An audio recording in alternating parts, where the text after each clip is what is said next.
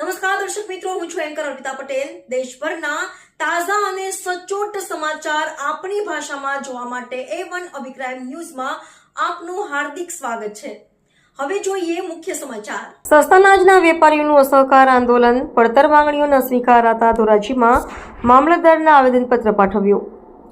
પોતાની લાંબા સમયની પડતર માંગણીઓને ગુજરાત સરકાર સમક્ષ રજૂ કરવાના ભાગરૂપે ધોરાજી સસ્તા અનાજ એસોસિએશન દ્વારા આજે મામલતદારશ્રીને આવેદનપત્ર પાઠવવામાં આવ્યું હતું।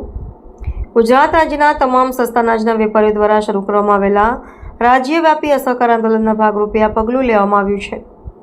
આવેદનપત્રમાં સ્પષ્ટપણે જણાવવામાં આવ્યું છે કે વ્યાજબી ભાવના સંચાલકો શ્રીઓની મુખ્ય પડતર માંગણીઓનો સ્વીકાર ન થતા વેપારીઓએ નવેમ્બર 2025 માસ માટે જથ્થાના ચલણ નહીં ભરવા અને નવેમ્બર 2025થી વિતરણ પ્રક્રિયાથી અળગા રહેવાનો આકરો નિર્ણય લીધો છે।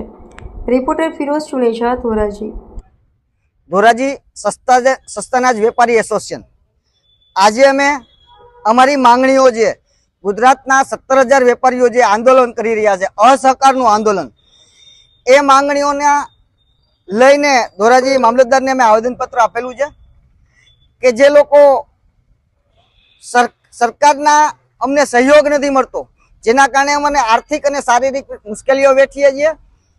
એક સામાન્ય કામદારને પણ સરકાર 497 રૂપિયા દૈનિક વેતન આપતું હોય તો અમે 3 જણા કામ કરતા હોય દુકાનની અંદર, તો પર ડે 1500 રૂપિયા જેવું અમારું વેતન થાય, પણ અમને માસિક ફક્ત 20,000 રૂપિયા જેટલું કમિશન આપી અને અમારું શોષણ કરી રહ્યા છે।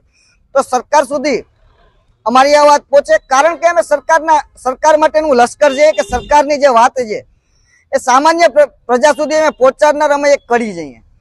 કારણ કે સરકારની જે કાંઈ વાત આવે છે, જે કાંઈ નિયમો, જે કાંઈ બનાવે છે, સરકાર પબ્લિક માટે જે કાંઈ આપે છે, જે સહાયો આપે છે, એના અમે એક માધ્યમ છે કે સરકારની અમે વાત લોકો સુધી પહોંચાડીએ છીએ। તો લોકો સુધી પહોંચાડીને સરકારની અમે કામ કરતા હોય તો સરકાર અમારી શા માટે વાત ન સાંભળે? જે અસહકાર આંદોલનમાં ધોરાજી વેપારી એસોસિએશન જોડાય અને સરકાર અમારી માંગણી પૂરી કરે, એ માટે આજે મામલતદાર ઓફિસે આવેદનપત્ર આપવા માટે આવ્યું।